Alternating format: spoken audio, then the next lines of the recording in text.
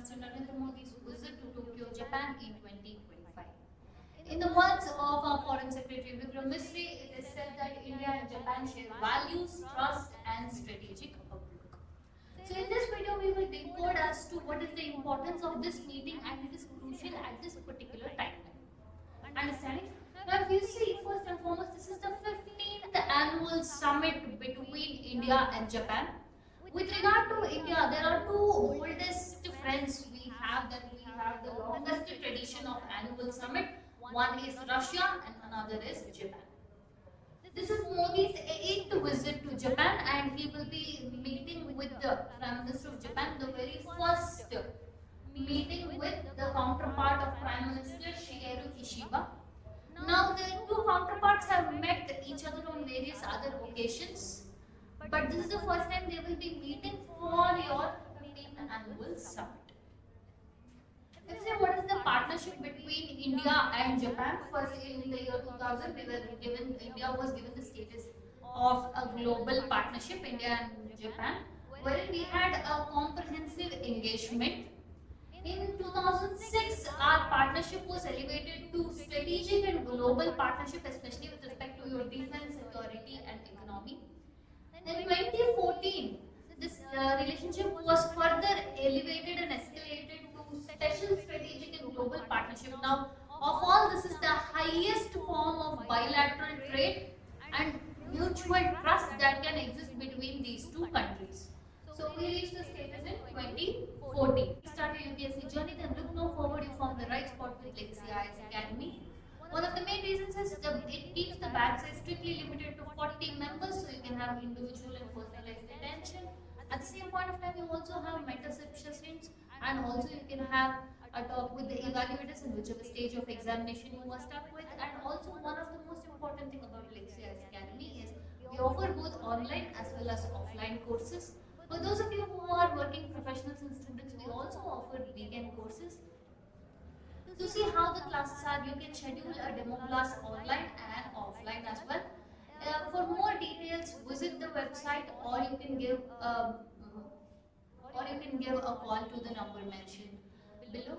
And with Legacy IAS Academy, we also offer prelims, mock tests, and also daily mains answer writing and interview mock test panel.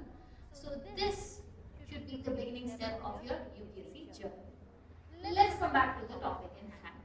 Now, first and foremost, if you see, with respect to India and Japan, yes, we are the oldest and most trusted allies, especially our relationship starting more from post-Second World War onwards. From 1958, it is the highest ODM partner that we have.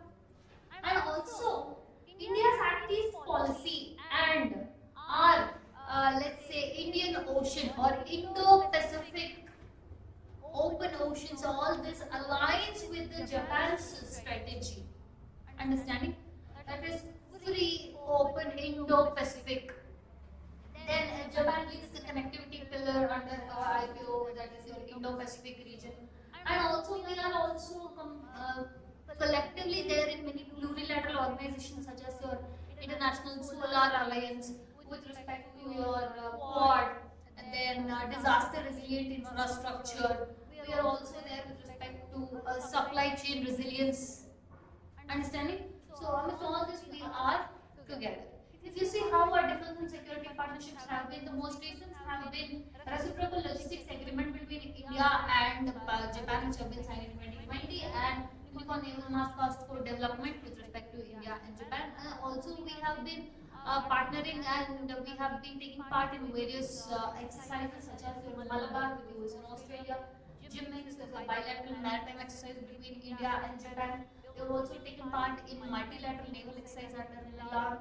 Dharma Guardian is our army and Coast Guard cooperation. Another recent event is interoperability boost, which we saw heads of chiefs and also service chiefs in your joint exercises that is taking place between your India and Japan. One of the main reasons what we are trying to tell is we have a rock steady cemented relationship in India.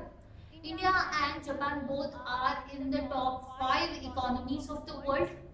At the same point of time, this is coming at a period where, and if you see with respect to Quad, the member countries are India, Japan, USA, Australia. But with USA now breaking up and also putting unnecessarily and more of irrelevant, this is the word I would use, irrelevant tariffs on trying to deal with the issues at present such as the Russia-Ukraine war, and it is trying to put additional tariffs on India.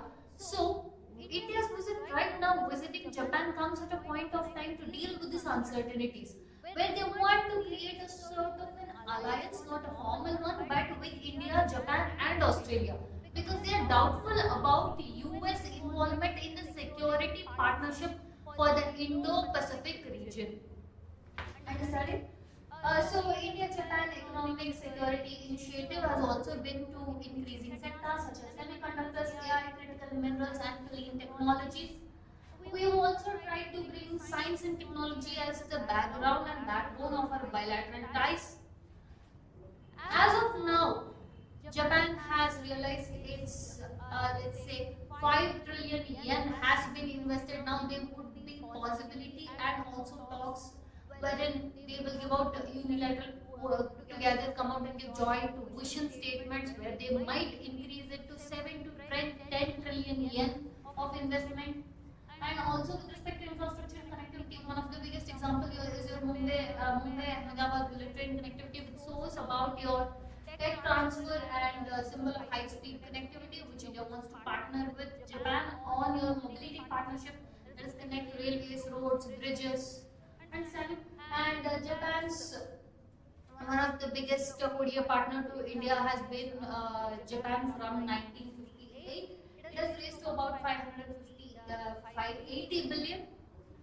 Now, one thing if you see with respect to the trade relationship between Japan and India, India has a trade deficit with Japan, which means Japan exports more to us than what we export to Japan.